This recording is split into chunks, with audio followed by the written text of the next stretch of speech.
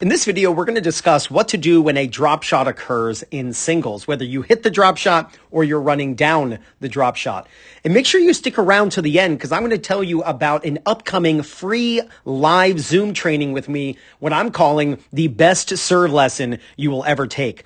Now, this video is courtesy of Intentional Athletics on YouTube. Make sure you subscribe to their awesome channel. I've put their link in the description below.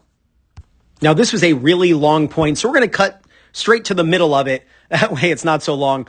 And let's check it out and then we'll analyze it.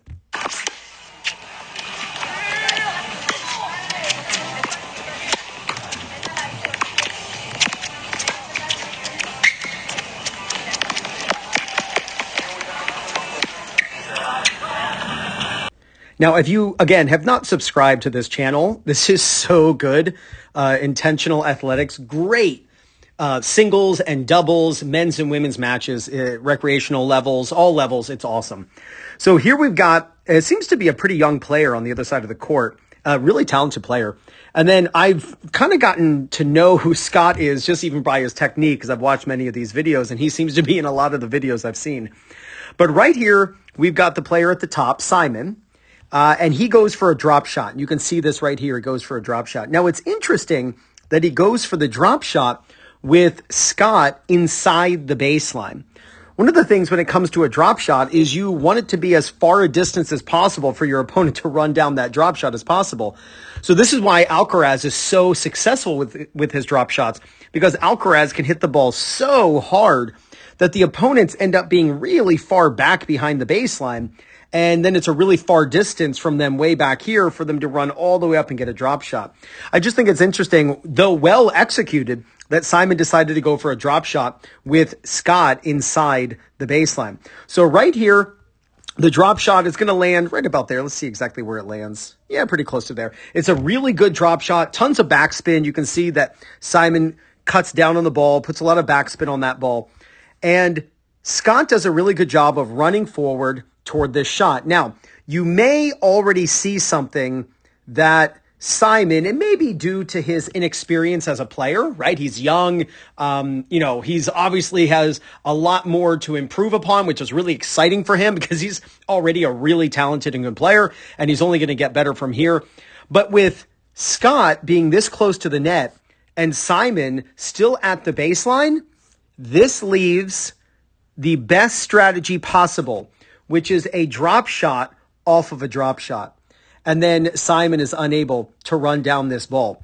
When you are in Scott's position and you're running a drop shot down, as you're running forward, keep track of what your opponent is doing. If your opponent is staying back at the baseline, then do a drop shot right in front of you. And that's exactly what he does. He just keeps the ball in front of him, which is really great. That way he doesn't have to go anywhere and he's bisecting, where this ball is going to be struck or, down the line cross court. It's one of the benefits of keeping the ball in front of you when you come to the net in singles.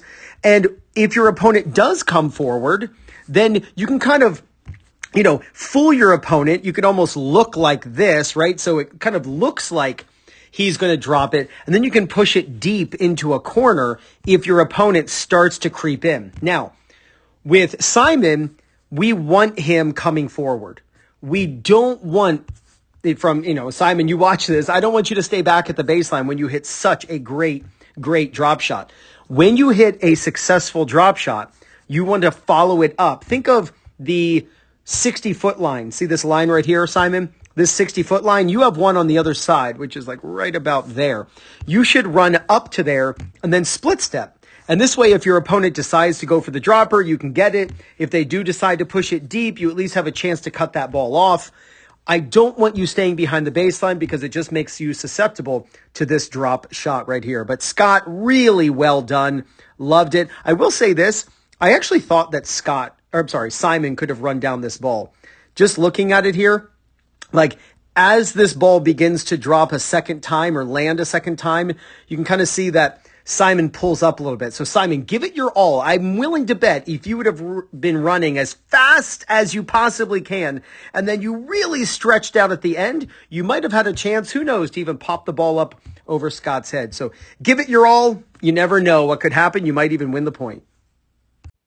If you want to learn the exact same strategies that the pros are using to help them win more matches, then check out the Singles Playbook by Fuzzy Yellow Balls. Over 50 pages of strategy after strategy, all based on the style of opponent you play against. Simply put your phone or tablet up over the QR code, and up pops a short video from Will Hamilton over at Fuzzy Yellow Balls showing you how to use each strategy. To get it, simply use my link. It's in the description. I'm also going to pin it in the first comment.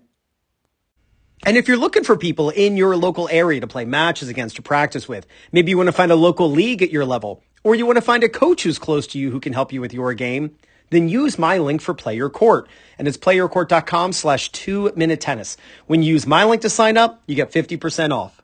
And finally, if you'd like to join me for a free live training, what I'm calling the best serve lesson you will ever take, then click right here and join me on January 20th, 2024 for this free 90-minute training. You work on your single strategy and specifically what happens when a drop shot occurs, and there's no doubt you're going to gain confidence, win more matches, and play much better tennis. This is Ryan Reedy from 2minutetennis.net. You got this.